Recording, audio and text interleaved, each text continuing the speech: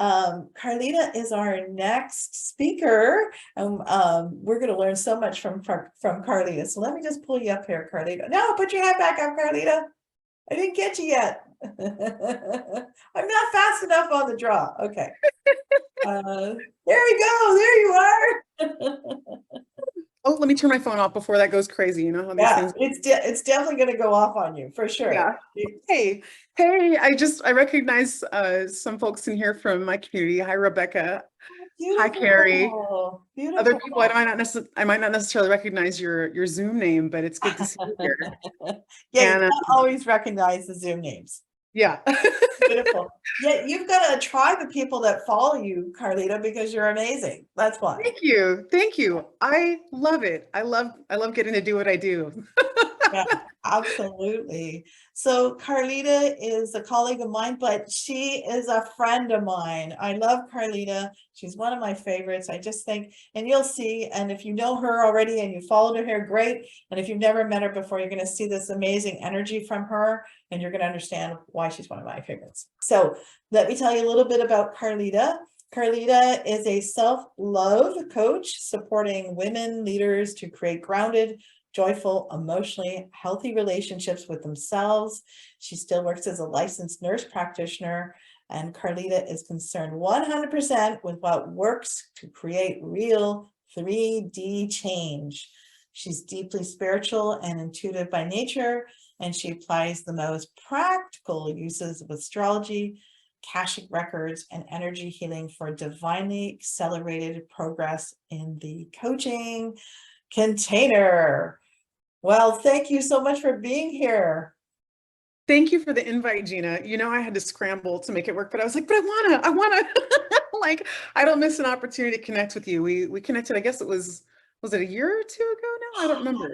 You know what? I But think it was February. That was the Lovable Summit. oh, it feels like it was longer than that because I just feel like I love your energy so much, and I just think you're one of the best interviewers I've ever been with, and I can feel, you know, energetics is so much a key piece of this work that we do, and it's not just like, you know, oh, I've had Akashic Records readings before. It's the lens of the person you're working with, and you have that lens that I really appreciate. I'm like, yes, this woman's doing good work in the world, so I really, really appreciate you. Beautiful, Yeah. beautiful. Well, you're definitely a kindred soul, right? Everything you say about me, I can reflect back into you. You have such a vibration about you, right? And the kindness from your heart, I think I think it just oozes out of you. It's just oozing out of you in a good way. Thank you. Thank you. Yeah, I appreciate Beautiful. that. So we're talking about love blocks today, right? Because for some women and men that are on this call, you know, they want a loving relationship and they want to be with somebody, and it just never seems to happen. And, you know, sometimes we get in our own way, right? We get in our own way, right? Yeah, I've been I've been through in it all. my own way. Yes. My goodness, yes. I mean, goodness gracious, like I thought I was hopeless. I really felt like it's taking me so damn long. Like, will I ever get this? You know, I relate to that. It can feel really frustrating, those blocks. Absolutely. What brought you to do this kind of work, Carnita? You do a lot. You do a lot. Divine guidance. I was doing, you know, I'm on my way out. They finally found a replacement for me at my hospice job, so I can be easing out of that. But I always knew I wanted to be doing something soul deep that wasn't on the medical menu, still healer type work, but much, much deeper. You know, on the inner level. Because like what you see in the healthcare world is people who need self-love.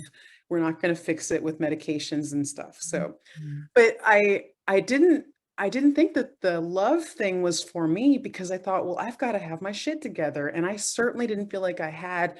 And initially, you know, when I started in this particular field, I just had to appreciate I have been so hard and long on this journey that I have to appreciate all that I have learned up until where I am now and started teaching from there. And that's when my business blew up and my clients started changing their lives. And what I really realized that for me made the difference in my journey and for my clients was the self-love piece. Because initially I was trying to teach about, your purpose, your sole purpose, and how to create an independent, conscious career and things like that. And I realized you're not going to do jack with that information if you aren't dealing with that inner relationship, if you're still terrified of what other people think of you, and you don't actually feel good enough for what you do, and you don't have the emotional skills to face the fact that you're going to have rejection, all these same things that still come up in the relationship and dating world, right?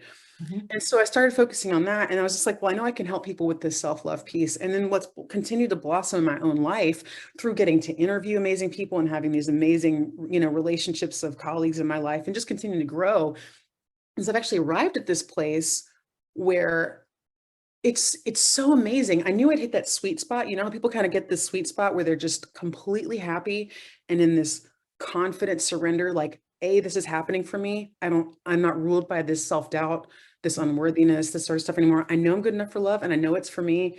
And I'm just really deeply enjoying the life I've created on the way to that and where I am right now. And I hit that sweet spot.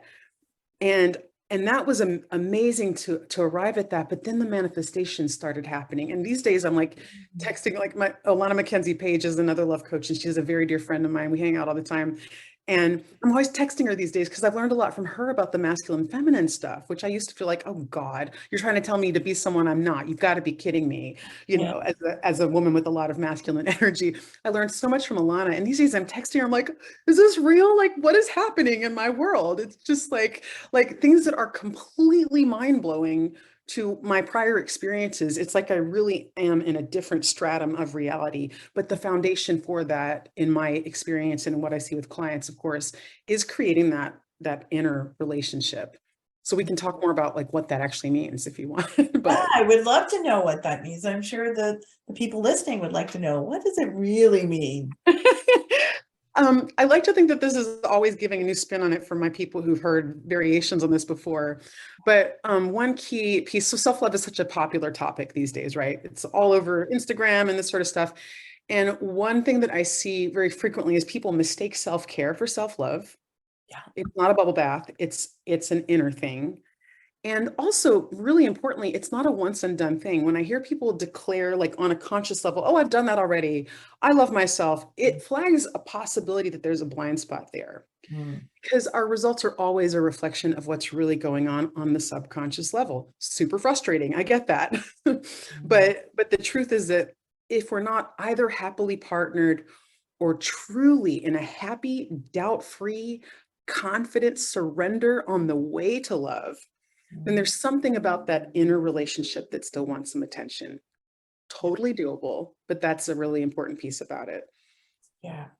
And so if you don't take care of that piece, like the self-love piece, what do you think will happen when you sort of get into that relationship?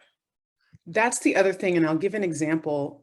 There's more I do want to say about the self-love piece, but for example, so I recently matched with this man who I was like, holy crap, this is a totally different caliber of person that I've ever matched with before. And the way he's responding to me is not the way this sort of person responded to me with online. I mean, just like I was really like, okay, this is a whole new reality. But initially, he didn't like we connected, and then I didn't hear from him after my last message to him for about 3 or 4 days. And the old version of me would have defensively shut that down, unmatched him, or felt like I was being rejected, so I'm going to reject him first, Mm. or I don't put up with shit like that. So, gotten kind of sassy about it in a way that created separation and was not open-hearted to maybe this person's just actually really busy, or maybe there's a good reason for this, and I could see how, like, oh, that pattern was there, it's still there, but I'm not fooled by it anymore. I catch myself in this stuff. I can see, I can actually discern like when that thing is happening there and get out of it. And so there's been all these little ways where it's just like, okay, these old patterns can still show up, but are they driving the ship, or do you have access to consciousness? And then what happened after that, like the way I was able to reinitiate contact and be like, so what I said was, what did I say? I was like, hi, so and so. Hope you had a great weekend. And the energy of my response was more, like really kind and open-hearted. But I was like, I said, are you interested in connecting further, or shall we close the loop here? So I was kind of setting my terms, my standards, like we're going to connect or I'm going to move along, and saying what I needed. but not in a way that shut the door. So the energy that I was able to come from and naturally communicate without having to like fake being in that and not really know how to communicate from that and unconsciously be communicating something completely different that shuts the door and offends somebody. Does that make sense? So I Mhm. was able to do that. So these are the skills of relating as well. If we're not going to sabotage relationships in the same way that we sabotage connecting with people in the first place, this is essential. Mm. This is really essential. So yeah. Yeah, it sounds like you stepped in, like you had this beautiful confident piece, but you also had this feminine energy piece that you intermixed and Mm. probably, I'm assuming you had good results from that. Oh, gorgeous. The way he responded to that Mhm. was amazing. I mean, I've never had somebody interacting the way, I mean, he's always, like come out with all this sort of stuff. So the way that's, developed since then is incredibly beautiful. And it's just been like, this is like a whole new territory that is simply not accessible without that capacity to take care of myself truly deeply and stay open-hearted and not attached to outcomes and really be open to maybe I'm shutting the door here, maybe I'm not, but I'm not going to slam the door. Mm. But this is a really key piece about what self-love actually is, what embodied self-love actually is. I think it's really important to define this Mhm. because people don't actually know what it is when we haven't lived it, when we haven't had it modeled for us. Yeah. We have concepts about it, but we don't actually know what it is. It's like when people have concepts of like what enlightenment is. We're not enlightened, but we have notions about what enlightenment behaves like. Oh, an enlightened person would do this. Or, what would love do when we don't really know what love is? We think love means sacrificing ourselves and throwing ourselves under the bus for somebody and enabling them in a codependent style because we think that's what love does because we don't know what real love is. So Mhm. self-love, this is so key. It's just like any love relationship.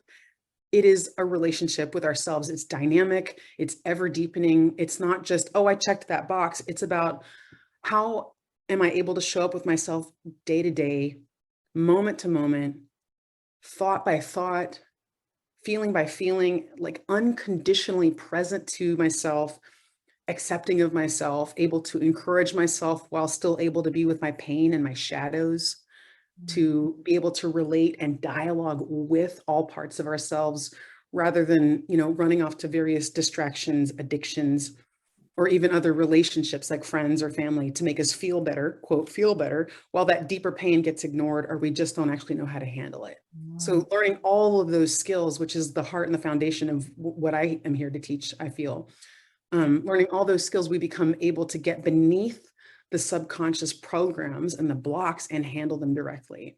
So, like, while I still very much appreciate the support and reflections of mentors and colleagues to see new blind spots, or whatever it might be, the baseline now in my day to day life is that overall, like, blind spots and wounded shit are not driving the car anymore. Mhm. And my clients gain that power to self correct instead of perpetuating painful or old limiting patterns. They can catch what's going on and quickly discern truth from these false old patterns that are just habits that no longer serve them. Does that make sense? Yeah, that makes sense. That was a I, lot. yeah, But no, self-love is a lot, y'all. but it's beautiful, right? And I don't think I've ever heard anybody explain self-love in the same way as you. Like, again, like self-love to so many people is hopping in the bubble bath, eating chocolates, whatever, right? But to actually say part of self-love is dealing with your pain. What? Right? And that's why it's funny. Occasionally, I'll teach this workshop called The Divine Portal of Difficult Emotions, because when you're willing to actually feel those, it opens up your access to guidance. It opens up your access to miracles. The stuff I have seen from being willing just to sit with loneliness or helplessness or whatever it might be, heartache of some sort, it's nuts because we're not resisting reality anymore and we're available to that. We're part of the Tao in that moment. We're one with the universe when we're not fighting anything about reality and willing to go into what's actually true for me in this moment. It's nuts. It's magic. Yeah, it is magic. Yeah, absolutely, right? And and processing pain. I Yeah. think that that's so important, right? Because it's too easy to like go shopping, or maybe you want to go and have a bottle of red wine. I don't know, right? Like Yeah. using a tool to try to keep the pain at bay, but the pain never goes away until we process it. Mhm. And the skill of actually learning how to do the processing of it is really key there, which, that's one of the things that does take time and practice and is not really intuitive. I think one of the key things to note about that, this is a really important distinction, is that when we learn to discern between what we might call the real authentic feelings that are just universal to the human experience versus the feelings that are the result of our painful stories and our projections into what's going to happen in the future or marinating on the past, stuff like that. That's a really important distinction because I think some of us might have this notion that we're supposed to be able to get rid of all pain or that all pain reflects something that's true and real. And there's always like beneath any given like story, there's a deeper feeling. Mhm. And that story is really painful by itself. That story that says, I'm not good enough, I'm too fat, I'm too much, I'm too old, I'll never find love because all I ever get is rejected and I can't handle the pain of rejection anymore. Those stories suck. They are really painful. They are abusive of us. They Mhm. are not honoring the divine truth of who we really are, which is another whole piece of self-love, is actually like learning more about the truth of your divine nature, which is, a space I hold for people and part of what I'm here to entrain into them. But that comes later. You have to deal with these shadow beliefs and have the skills to deal with that stuff before you can really have access to that divine creatorship aspect of yourself, which is part of why manifestation is so freaking hard to do consistently before we've learned these more everyday skills, but learning to be able to identify which are the feelings that I'm creating for myself through these bullshit stories Mhm. that we really deeply believe that are convictions of ours because they're practiced and because they served a function. The function that they served was to protect us from feeling those core pains that are just part of being a human being. Yeah. And so we learn how to make those distinctions, and that's a really, really key piece. And then to actually feel those, and then you don't need the wounded stories anymore because you can feel what's actually there without having to control against it. Like I'm not good enough can be a way of trying to protect yourself from future disappointment, to Mhm. try and brace yourself against the inevitable rejection of the next person who comes along. Coming. Yeah. So when you're able to actually be with rejection, and not take it personally, but to feel the heartache of like, I wanted to connect with this person, but it didn't work. Mhm. And to be able to actually just be with that instead of launching into the story that's trying to protect and control against all this sort of stuff.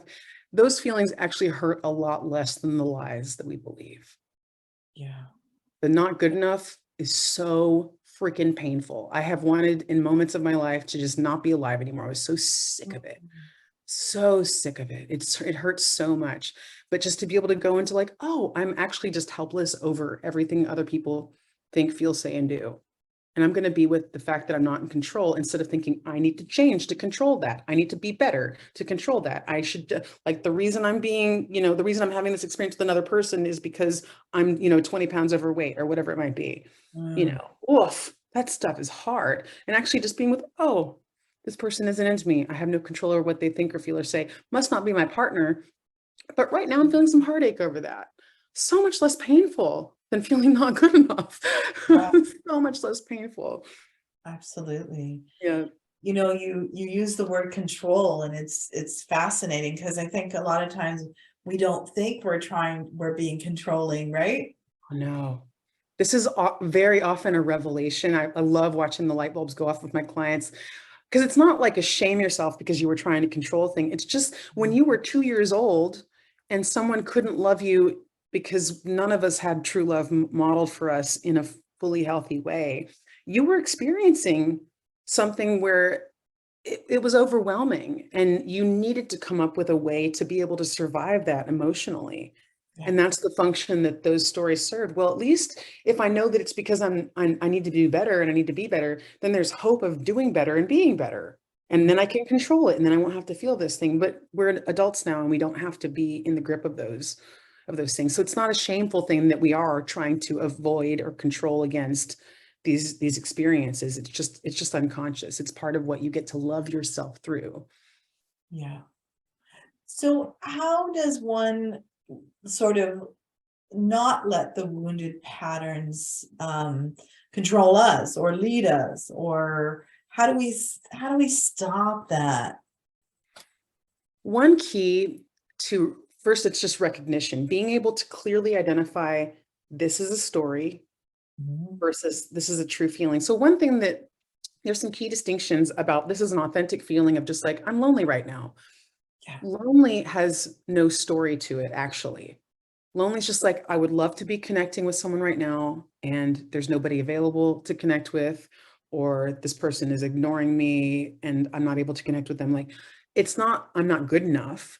It's just, this is a part of being a human being, is that sometimes we feel lonely. Sometimes people die and we suffer from that. Sometimes, you know, like a relationship just doesn't work out because it wasn't designed to work, but we still love them and we miss them. Mhm. It's not a story about like, I'm not good enough. It's just like, this hurts. Simple, Yeah. simple. It's simple. There's no story about them. They suck. It's Mhm. not a story about they're too good for me. It's not a story about I'm not good enough. It's just this hurts. Mhm. Plain and simple. Hopelessness, for example, is a story about the future. These Yeah. things can be really subtle. It's really subtle. That's why I work with people to be able to start to identify these things. So hopelessness isn't a real feeling. Hope is a projection into the future of what's possible and not possible for me. Mhm. That's not a real feeling. It's basis on this unconscious projection about the future and the past. That's another thing about real feelings. They are real time. They're Yeah. right now. It's not about like marinating on what happened to me 2 weeks or 20 years ago and Right. like stewing in that story. And it's not about like what's possible or not future and the possible. It's like right now, Yeah. this is I'm sitting with like what's actually happening right now and how this is feeling, not based on a story, not generating that feeling from a story, but this is what's here now. And then just recognizing that these are what's beneath the stories. This is the thing that the story is trying to control against or avoid. So Right. being able to make those distinctions is one of the key pieces to being able to feel that. But also just noticing like anytime you're feeling anything other than deep peace, and you can feel peace even in the face of helplessness. You can feel peace with loneliness. You can feel peace with, man, this just hurts. I love this person and we can't be together. And I'm also at peace with that. And when you're not feeling peace, that's when you know you've got a wounded story up. Mhm. Most of us are driven by them 24/7. That's the human norm. Yeah. So odds are it is a wounded story. Gotcha. Odds are, Yeah. whether we're conscious of feeling the pain of it or not, which is, you know, we can also be kind of um, protected against even noticing how painful it is sometimes. Because we couldn't function if we knew how much pain we caused ourselves. We Yeah. couldn't get our jobs done. We couldn't, you know, like we couldn't function in the world if we always recognize just how much we're causing ourselves this pain. Yeah, that's true. It's interesting because we're consistently causing ourselves pain by these negative messages we tell ourselves, right? So if whatever someone doesn't text us back from a date, and we're like, well, it's all about me. Mhm, I'm like you said, I'm too old, too fat, too skinny, too tall, too educated, not educated enough, whatever it is, right? But mhm, we create a looped story. mhm. Yeah. And And then what's cool, oh, go ahead, go ahead. that's where the pain rolls in. Yeah, that's where it rolls in, and that's where we let these things stop us too. So for example, before this very intriguing person entered my world, it was a whole lot of nothing on the online dating apps. It was a whole lot of like, you know, like not really, that's not enough there, you know, trying to stay open, but this sort of stuff.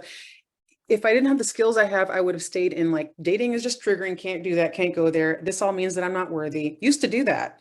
I remember 2018, I had a mentor who was like, you've got to stop treating dating like it's a whole trigger, one giant trigger. I was like, oh, you're right. I'm avoiding it because I don't have the emotional skills to face the reality of that online dating can feel very hard. And it's not there, it's not gonna inflate your ego much. It's not gonna do that for you. You have to be able to hold yourself through the ups and downs.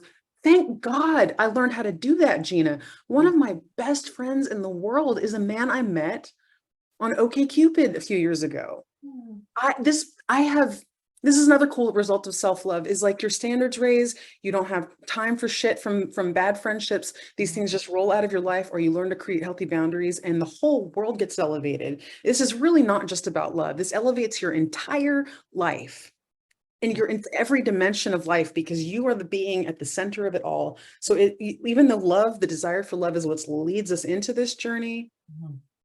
It really affects everything. And so my social life is so fulfilling now. And that was a struggle in the city that I love Mhm. for several years after I moved back, a long time ago now, but like it was a struggle. And now it's just this amazing thing. And I think of this incredible man in my life. He is like, he's one of my very best friends. He's so loving. He's so supportive. He sees me, he hears me, he shows up for me. He knows how to be, he's so emotionally intelligent and he's so much fun. And he's just such a gift in my life. We inspire each other. I would not have this golden treasure in my life Mhm. if I didn't have the resiliency skills to do the online dating thing. Like there is so much we're shutting ourselves off to Mhm. if we don't have these skills because we don't know how to handle the stuff that it brings up in us. This is how we get free of the effects of triggers and trying to avoid triggers.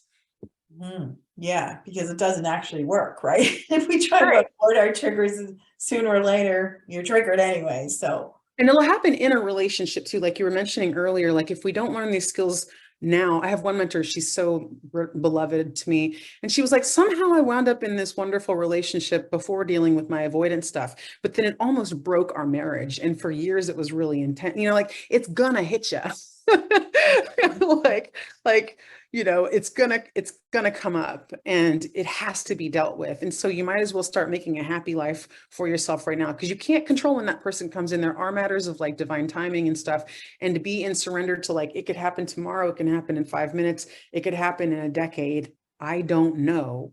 You might as well make yourself happy right now. And that's the other beautiful side effect of the self-love piece. Not only does it open you to like the relationship stuff, it's just like how luscious is life right now?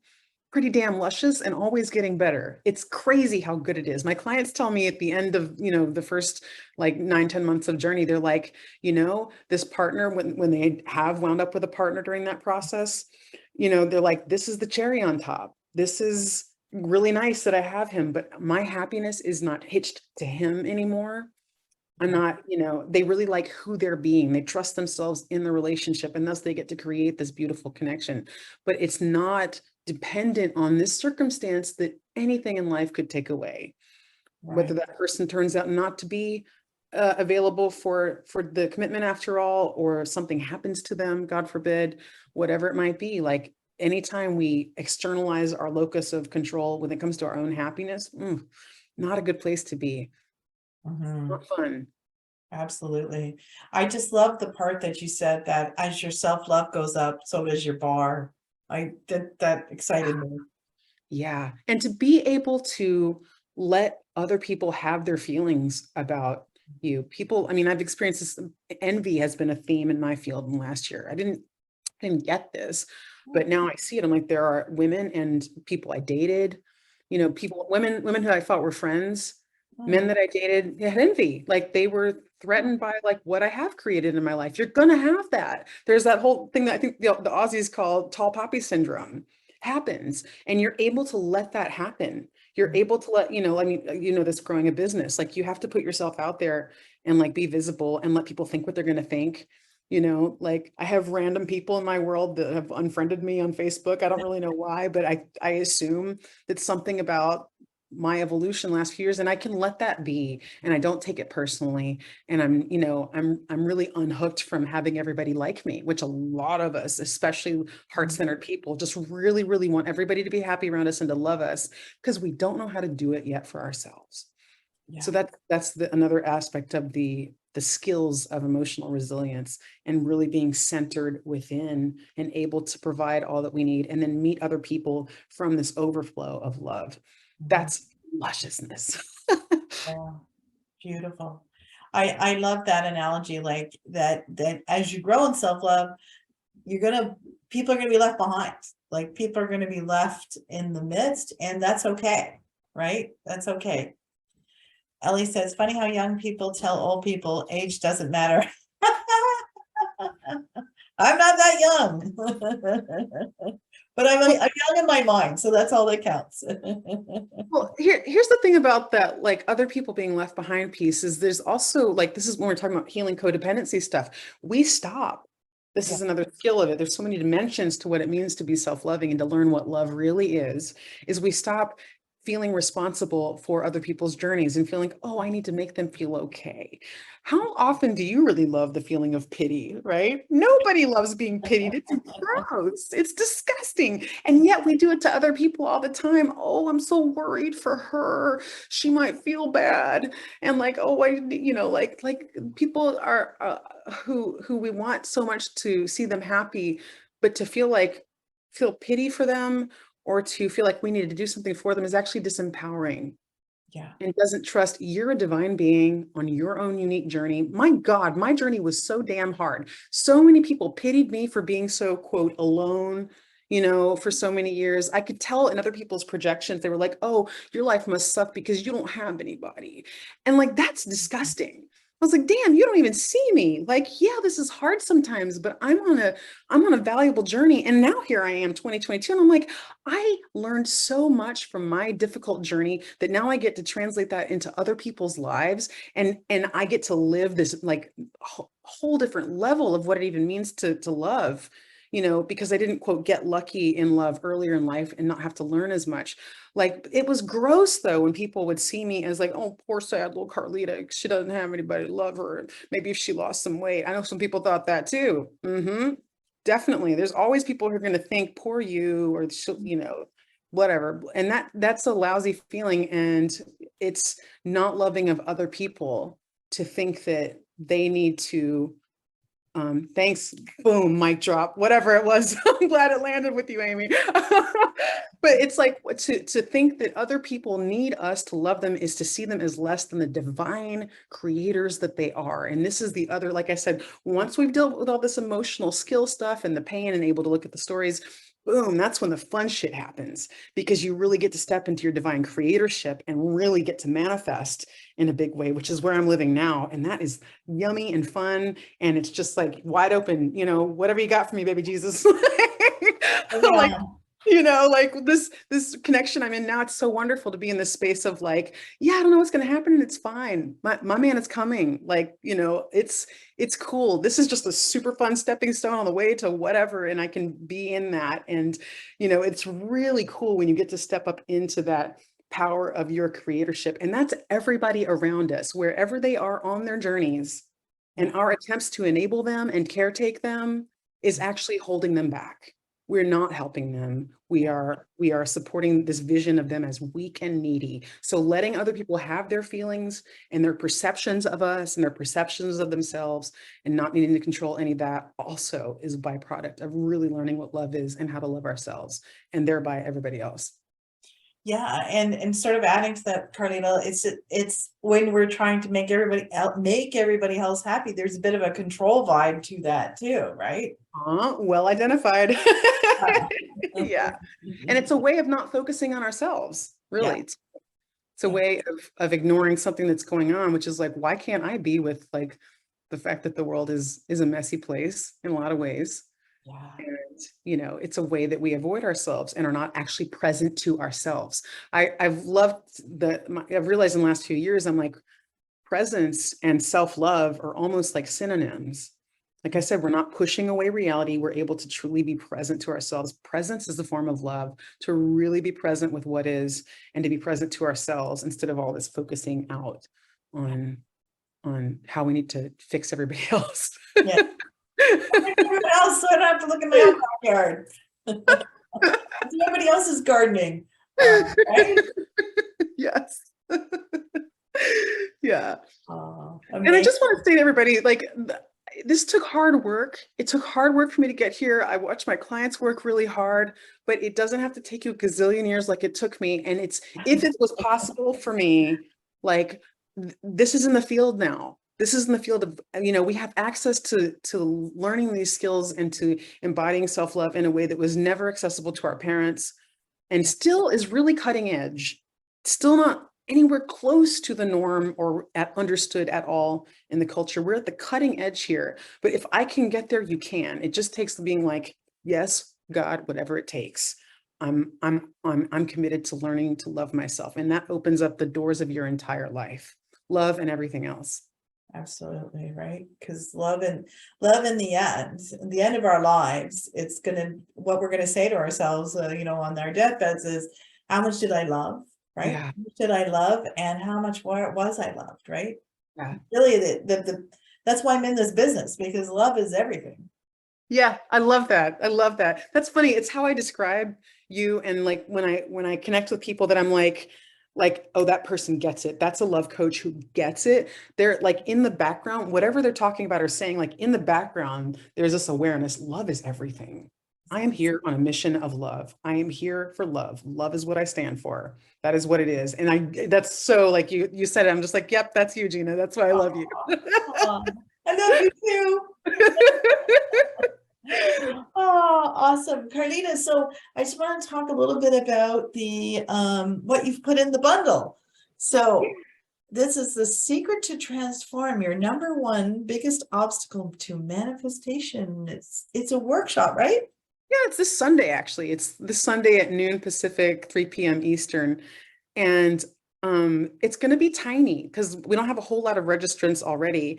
Mhm. And so it's a really great opportunity to like hang out and really go into that whole dimension of things. So today we talked a lot about the emotional stuff, the stuff that has to be foundational. We have to grapple with the shadow before we can really access our light consistently. But we're going to talk about some really exciting dimensions of that manifestation piece on Sunday. So if you want to like connect with me over that, learn more about what I have to say about that, and also just get a chance to like connect more. Like I said, it'll be small, so we'll have a lot of opportunity for reflection, and not necessarily everybody laser coaching, but like questions and like whatever. I always set this intention that whatever does get brought into the group is for the benefit of everybody.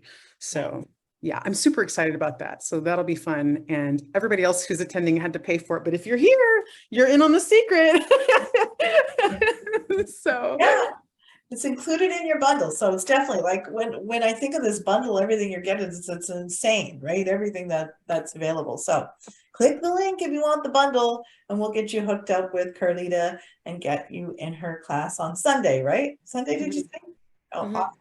Just before Halloween. How Yeah. So great is it's that? a note that like if you sign up for the thing with me, there's a second step. You're going to get an email and you have to register through Zoom so that I make sure that only people who are registered. It's an elegant process, but that's just where I am with the technology right now. So Yeah.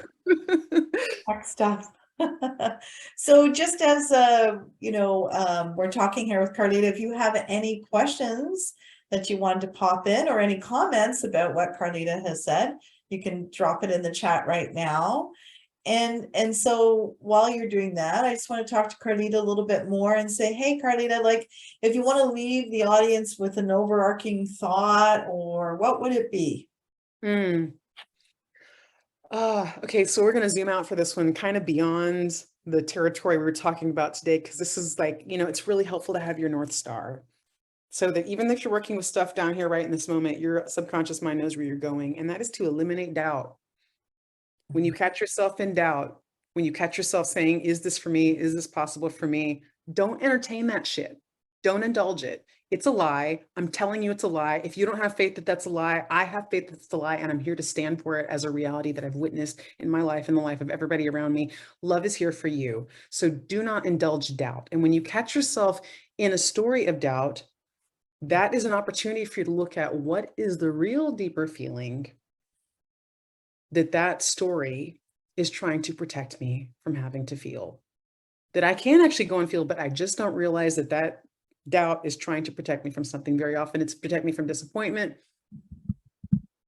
What is disappointment trying to, what does disappointment mean? It means like out of control or loneliness or something like that. There's a lot of different ways to do it, but be willing to look beneath the surface instead of taking your story of doubt for granted. Yeah. Or your story of unworthiness, or none of that's true. No belief about yourself that doesn't feel amazing is true. Mhm. So just don't go there. Don't play with it. It takes practice, but catch yourself. That's a huge start to make. Love it. So if I could sum that up as, don't believe your BS stories. Yeah. And if it sucks, if it hurts, if it doesn't feel good, it's BS. It's BS. Oh, beautiful. All right, my love. So let's just see. So if people want to get hold of you, the best place is, well, your website's so easy. It's karlita.org, right? That, Karlita with a yeah, K. Oh yeah, I changed my name here so that it would show that. yeah.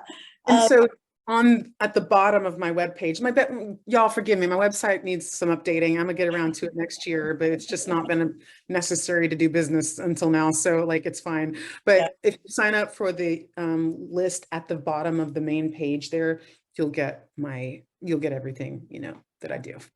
beautiful. And also you'd like people to connect with you on Facebook, right? So it's facebook.com/immortal blooming. Don't you love that? Immortal blooming. Wow. Immortal Bloom is my Facebook name of a million years, and IG, Instagram. I don't use, to be honest, I don't use these things a whole lot, but it's one of those things that I kind of keep open because if people are paying attention, it's good to throw out like, oh, I'm doing this cool event or whatever. It'll probably happen more in times to come, but I do post, fun stuff, especially on the Facebook page once in a while. So Immortal Bloom is it's just my business name from way back in the day I love before I knew this all was going to blossom into love. it. Blooming, right? Bloomed into love. Yeah. Aw. Well, Karlita, thank you so much for being here today. Thank you, So Gina. nice to connect with you again, and have an amazing Friday evening. I don't know if No, you'll I be promise. popping on later, but at the end, but if not, have a great evening. What time again is the Q&A? It's 6:30 our my time, which is in Okay, which is 45 minutes-ish. 3:30 my time. Is it okay if I hop on I have a really fun event at 4 p.m. my time. Is it okay if I hop on from my phone in my car? Yeah, absolutely. Okay, great. I'll be there. Yeah. Fine. All right. Talk to you soon. Thank you all for being here. I love getting to be here with Gina, and I love that you're here with Gina and getting to connect with all her amazingness. Yeah, it's such a wonderful thing that you're doing in the world always. So thanks to everybody for tuning in. Thank you. See ya. Bye. Bye bye.